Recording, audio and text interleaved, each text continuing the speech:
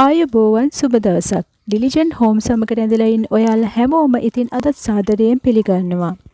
අවුරුදු 5ට අඩු දුවට හෝ පුතාට ගෙදරට අඳින්න සුදුසු විදිහේ කොටකලිසමක් මහගන්න හැටි අද මගේ වීඩියෝ එකෙන් කියලා දෙන්න හිතුවා.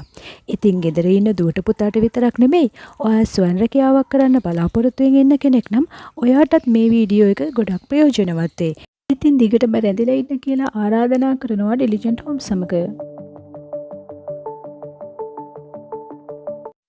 මේ සඳහා අපට අවශ්‍ය වෙනවා පතරම සකස් කර ගැනීම සඳහා දිග අඩිරෝලක්, අවශ්‍ය ආකාරයට අගලක හෝ අගල් භාගයේ ඉලාස්ටික්, රෙදි කැපීම සඳහා කතුරක්, මෙෂරින් චෝක් හෝ පැන්සිල් එකක්, ඒ වගේම තමයි අපිට මෙෂරින් ටේප් එකක් අවශ්‍ය වෙනවා. ඉතින් මේ සඳහා රෙදි තෝරගන්නකොට ඔයාලට පොඩි බබෙකුට නිසා බොහොම සැහැල්ලු එකට සුවදායි රෙද්දක් තෝරගන්න වෙනවා. මල් පීස්, ෆැනල්, ඒ වගේම විස්කස්, ග්ලේස් කොටන් වගේ කොටන් වර්ගයේ රෙද්දක් තෝරගන්න ඕන නම් වඩාත් සුදුසුයි. ඉතින් මේ කලිසම මහන්න පතරම සකස් කර ගැනීමේදී අපිට මූලිකවම අවශ්‍ය වෙන මිම්ම තමයි ඉන මිම්ම කියන්නේ. බබා කලිසම අඳින තැන ඉන වට ප්‍රමාණය තද කරන්නේ නැතුව සාමාන්‍ය ප්‍රමාණයට අරගෙන තමයි අපි මේ කලිසමේ පතරම සකස් කරගන්න අවශ්‍ය වෙන්නේ. ඉතින් මේ ඉනමින්ම ලබා ගන්න ඔයාලගේ පුංචි බබෙක් නැත්නම් සහ ඔයා ස්වයං රැකියාවක් කරන්න බලාපොරොත්තු වෙන ඉන්න කෙනෙක් නම් ඉතින් මේ මිමිසටහන් ටික ඔයාට ගොඩක් වැදගත් වෙයි. මම මීට කලින් කරපු ළමා පිජාමා කලිසම සහ කමිසය මසන වීඩියෝ එකේදී අවුරුදු 2ට අඩු පුංචි බබාලට අවශ්‍ය කරන මිමිසටහන් සියල්ල ලබා දීලා තියෙනවා. බබාගේ ඉන 4න් බෙදලා ඉලාස්ටික් සහ බුරුල සඳහා අඟල් 1.5ක් හෝ 2ක් එකතු කරගන්න ඕනේ. කඩදාසියේ සහ රෙද්දේ මේ පතරම සකස් කරගන්න විදිය මම බොහොම පැහැදිලිව පිජාමා වීඩියෝ එකේදී කියලා දීලා තියෙනවා. ඉතින් ඔයාට ඒ වීඩියෝ එකත් බලන්න පුළුවන්. පහළ ඩිස්ක්‍රිප්ෂන් බොක්ස් එකේ ලින්ක් එක තියෙනවා. මගේ ඉන අඟල් 18යි, 4න් බෙදුවාම අඟල් 4.5යි. ඉතින් මම ඒකට අඟල් 2ක් එකතු කරගන්නවා ඉලාස්ටික් සහ බුරුල් සඳහා. එතකොට අඟල් 6.5යි. ඉතින් ඔයා ස්වයං රැකියාවක් වගේ කරන කෙනෙක් නම් අඟල් 2ක් එකතු කරන එක ඔයාට යම් කිසි විදිහක පාඩුවක් වෙන්නත් පුළුවන්. ඉතින් ඒ වගේ වෙලාවක අඟල් 1.5ක් එකතු කරගන්න එකත් ප්‍රශ්නයක් නැහැ. අඟල් 2ක් එකතු කරගත්තොත් වඩාත් සැහැල්ලුවට රැලි ගතිය වැඩිපුර ඔයාට තියාගන්න පුළුවන්. ඊළඟට අපිට ඕන වෙනවා ඉන සිට කරුව දක්වා වුණ උස. ඉතින් ඒ සඳහා අපි ලබා ගන්නෙත් මේ ඉන සඳහා ලබාගත් මිනිමම තමයි. ඒ කියන්නේ අඟල් 6.5 මිනිමම තමයි. ඊළඟට අපිට ඕන වෙන්නේ මේ කලිසම කොච්චර උසකට ගන්නවද කියලා. ඉතින් ඔයාට මේ කලිසම කරුව සිට කැමති තරමක් දුරට උසට ගන්න පුළුවන්. දිග කලිසමකට නම් අවශ්‍ය මිමි සටහන මම කලින් පිජාමා වීඩියෝ එකේදී කරලා තියෙනවා. ඉතින් ඔයාට එතනින් මේ මිමි සටහන අරගෙන ඒ අණුව කොට කලිසම හදා ගන්නත් පුළුවන්. එහෙම නැත්නම් බබාගේ උස මැනලා ඔයාට අවශ්‍ය ප්‍රමාණයට උස ගන්නත් පුළුවන්.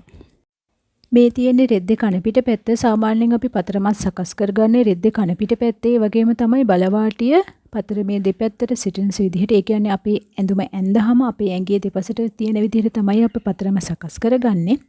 ඒ වගේම තමයි මේ සඳහා භාවිතා කරන්න ඕනේ මැහුම් සඳහාම වෙන්නුණු චෝක් එකක්, එහෙම නැත්නම් පැන්සලක්. මොකද වෙනත් දේවල් භාවිතා කරොත් අපිට රෙද්දේ එක මකා ගන්න වගේම සමහරවිට හොදලා යවන්නත් අපහසු වෙන්න පුළුවන්. ඊළඟට වැදගත්ම දේ තමයි අපි භාවිතා කරන මේ රෙද්ද පුළුවන් තරම් පරිමහලා මේ පතරම සකස් කරලා කපා ගන්න එක. ඊළඟට රෙද්දේ පතරම සකස් කර ගැනීම සඳහා නමා ගන්නයි මම සූදානම් වෙන්නේ. ඒ සඳහා ඉන අඟල් 6.5ක් විදිහට මම ගත්ත මිනුමට ගොල්ෆිය සඳහා අඟල් 2ක් මට වැඩිපුර අවශ්‍ය වෙනවා. ඉතින් මං අඟල් 8.5යි. ඉතින් ඒ වගේම තමයි මම මේ ඉදිරිපස සහ පිටුපස කලිසම් කොටස් දෙකම එකවර කපා ගන්න නිසා මගේ අඟල් 8.5න් 2ක්, ඒ කියන්නේ මට අඟල් 17ක පළලක් එක සැරේ නමා ගන්න අවශ්‍ය වෙනවා. බලන්නකෝ ඔයා කොහොමද මේක නමා ගන්න අවශ්‍ය වෙන්නේ කියලා. කපු වර්ගයේ රෙදි සේදීමෙන් පසු ඇකිලීමකට ලක්වන නිසා ඔයා මේ පතරම සකස් කරගන්න කලින් ගන්න රෙද්ද සාමාන්‍යයෙන් වතුරෙන් හොදලා හොඳට වේලලා අයන් කරලා ගන්නවා නම් තමයි වඩාත් සුදුසු. ඉතින් මම කලින් කීවනේ පතරම සඳහා මම ගන්න අඟල් 17ක ප්‍රමාණයක් කියලා. ඉතින් මම ගත්ත රෙද්ද අඟල් 36 පළල රෙද්දක්. ඉතින් ඒ නිසා මම මේ විදිහට නමා ගන්න එකේ මට ලොකු ප්‍රයෝජනයක් නැහැ. මොකද අඟලක දෙකක වගේ ප්‍රමාණයක් තමයි මට ඉතුරු කරගන්න පුළුවන් වෙන්නේ. ඉතින් ඒ නිසා මම මේ රෙද්ද මේ විදිහට නැතුව බලවාටියට බලවාටිය තියලා හොඳ පිටට හොඳ පිට තියලා කන පිට පැත්ත හරවලා තමයි පතරම සකස් කරගන්නේ. ඔයා මේ සඳහා ලබා ගන්න රෙද්ද පළලින් වැඩි එකක් නම් ඔයාට මේ ක්‍රමයේ භාවිතා කරන එක ගොඩක් ලොකු වාසියක් වෙයි. මේ විදිහට දෙකට නමාගත්ත රෙද්ද මම නැවතත් දෙකට නමා ගන්නවා. මොකද මම ඉදිරිපස සහ පිටුපස කොටස් දෙකම එකවර කපා ගන්න නිසා. මේ විදිහට නමාගත්ත රෙද්ද ඉහළින් රේඛාවක් ඇඳලා මම වෙන් කර ගන්නවා පතරම ඇඳ ගැනීම සඳහා. මොකද රෙද්ද කැපීමේදී නිසියාකාරව නොකැපුණු තැන් තියෙන්න පුළුවන්. එහෙම වුණොත් අපි පතරම කපා ගන්න එකට ඒක බාධාවක් වෙන්න පුළුවන්. ඊළඟට මේ රෙද්දේ ඇඳගත්ත රේඛාවේ අඟල් 6මාරක මගේ ඉන රේඛාව ඇඳ ගන්නවා. මම භාවිතා කරන අඟල් භාගයක ඉලාස්ටික් නිසා මම අඟල් 3 කාලයක ඉලාස්ටික් සඳහා වන කොටස වෙන් කර ගන්නවා.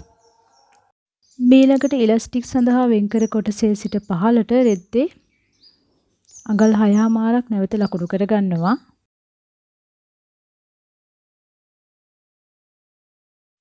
මුලින් ඉන සඳහා ලකුණු කරගත් අඟල් 6මාර රෙද්දේ නැම්මට සමාන්තරව පහළට දික් කරන්න.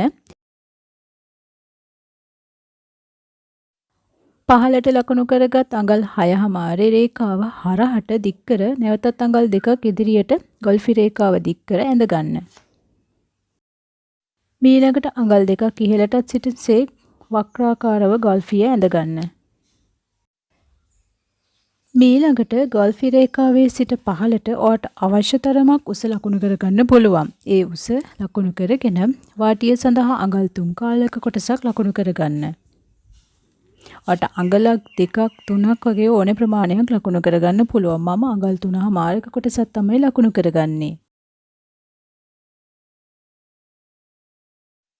කලිසමේ කකුල යට වට සඳහා මම අඟල් 7ක කොටසක් ලකුණු කරගන්නවා.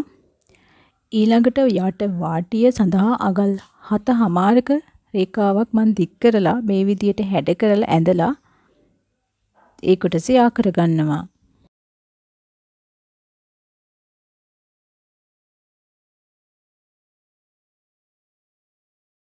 දි කැපීම සඳහා ඒ සඳහාම වෙන්නුණු කතුරක් භාවිතා කරනවා වගේම ඒ කතුර රෙදි කැපීම සඳහාම පමණක් භාවිතා කරනවා නම් ඔයාගේ රෙදි කැපීමේ කාර්යය වඩාත් කාර්යක්ෂමව බොහොම පහසුවෙන් කරගන්න ඔයාට පුළුවන් වේවි. ඊළඟට අපි මේ කලිසම මසා ගන්න විදිය බලමු. මේ විදියට නමලා තියෙන පතරම මේ විදියට දිග අරින්න. ඊට පස්සේ මේ කොටස් දෙක වෙන් නොකර මේ විදියටම තියාගෙන මෙන්න මේ ඉන සිට ගොල්ෆි කොටස මුලින්ම මහලා ඉවර කරගන්න ඕන. මෙහුමට මෙහුම මේ විදිහට තිබ්බාම ඔයාලට මේ වගේ දක ගන්න පුළුවන්. ඊට පස්සේ අපේ මේ කලිසමේ යට වාටිය මහ ගැනීම අවශ්‍ය වෙනවා. ඒ සඳහා මම වෙන් කරේ අඟල් 3 කාලක කොටසක්. ඉතින් අඟල් 3 කාලේ තියෙන තැනින් ඇතුළට නමලා තවත් අඟල් කාලක් ඇතුළට නමලා යට වාටිය මහ ගන්න පුළුවන්. කලිසමේ කරුව කොටසත් ඒ විදිහටම වහලා ඉවර කරගන්න පුළුවන්. ඊළඟට අපිට ඉතිරි වෙන්නේ ඉන කොටස. ඉලාස්ටික් සඳහා මම අඟල් 3 කාලක කොටසක් තමයි වෙන් කරේ. අඟල් කාලක් ඇතුළට නමලා අඟල් 3 කාල අපි වෙන් කරගත්ත තැනින් නමලා බලන්න ඉලාස්ටික් එක තියලා මහන්න ප්‍රමාණවත්ද කියලා. ඉලාස්ටික් එකට ගොඩාක් ඉඩ තියන්න එපා. හැමොනොත් ඉලාස්ටික් එක ඇඹරෙනවා. ඒ වගේම තමයි ඉලාස්ටික් එක ඇතුල් කරගන්න තරම් ඉඩක් තියෙන්නත් ඕනේ. මේ විදිහට බලලා හොඳට අයිනෙන් වාටිය අයිනෙන් හොඳට මහ ගන්න ඕන. ඒ වහනකොට ඔයා එක තැනක පොඩි සිදුරක් තියාගන්න ඕනේ මෙහුම් ගහන්න නැතුව ඉලාස්ටික් එක ඇතුල් කර ගැනීම සඳහා. භාගයේ ඉන වට ප්‍රමාණයට අඟල් 3ක් හෝ 4ක් වගේ අඩුවෙන් තමයි ඉලාස්ටික් එක කපා ගන්න ඕනේ. ඒ විදිහට කපාගත්ත ඉලාස්ටික් එක 60 කට්ටක් වගේ ආධාරයෙන් මේ විදිහට මේ සිදුර ඇතුලෙන් යවා ගන්න අපිට පුළුවන්. සිදුර එක් කෙළවරකින් ඇතුළට යවාගත් ඉලාස්ටික් එක අනිත් කෙළවරින් ඉවතට අරගෙන අඟල් කාලක් විතර ඉලාස්ටික් එක එකමත් එක තියලා මහ ගන්න පුළුවන්. ඒ විදිහට තියලා මහ ගත්තොත් වඩා ශක්තිමත්ව ආට මේක පවත්වාගෙන යන්න පුළුවන්. ඊළඟට අවසානයේදී මේ ඉලාස්ටික් එක ඇතුළට දාලා මේ කලිසමේ අපි ඉතුරු කරගත්ත සිදුරු කොටස වහලා කලිසම නිම කරගන්න පුළුවන්. ඉතින් මේ විදිහට ඔයා කලිසම මහ ගන්නකොට ඔයාට හදිසියේ හරි මේ කලිසම සඳහා අවශ්‍ය කරන උස ප්‍රමාණය මදි වුණොත් ඔයාට පුළුවන් ඉනට සාය කලිසමේ කකුල් යට වාටියට අවශ්‍ය ප්‍රමාණයට රෙදිපටි කොටසක් එකතු කරගන්න. ඉතින් ඇත්තටම මේ කලිසමේ පතරම සකස් කරලා රෙද්ද කපලා කලිසම මසාලිම කරගන්න විනාඩි 15ක වගේ කාලයක් තමයි අපිට වැය වෙන්නේ. ඉතින් ඔයා අලුතෙන්ම මෙහුම් වලට යොමු වෙන කෙනෙක් වුණත් ඔයාට විනාඩි 15ක් ඇතුළත මේ කලිසම මසාලිම කරගන්න පුළුවන්. ඔයා පළපුරුදු කෙනෙක් නම් ඇත්තටම ඔයාට විනාඩි 5ක් 10ක් ඇතුළත උනත් මේ කලිසම මේ විදිහට මසාලිම කරගන්න පුළුවන්. ඉතින් මගේ මේ වීඩියෝ එකෙන් ගෙදර ඉන්න ඔයාට පොඩි බබෙකුගේ කලිසමක් මහගන්න හොඳ දැනුමක් වගේම ස්වයං රැකියාවක් කරන්න බලාපොරොත්තුෙන් ඉන්න කෙනෙක් වගේ නම් හොඳ අත්දැකීමක් ලැබෙන්නේ නැති කියලා මම විශ්වාස කරනවා. ඉතින් ඒ විදිහට ඔයාට හොඳ දැනුමක් ලබා ගන්න පුළුවන් වුණා නම් ඔයාට මේ වීඩියෝ එක වැදගත් වුණා නම් මේ වීඩියෝ එකට ලයික් එකක් දාන්න වගේම යාළුවන්ට බලන්න ෂෙයා කරන්නත් අමතක කරන්න එපා කියලා ඉල්ලනවා. මේ වගේ අලුත් වීඩියෝ එකකින් හමු වෙනතුරු ගිහින් එන්නම් සුබ දවසක්.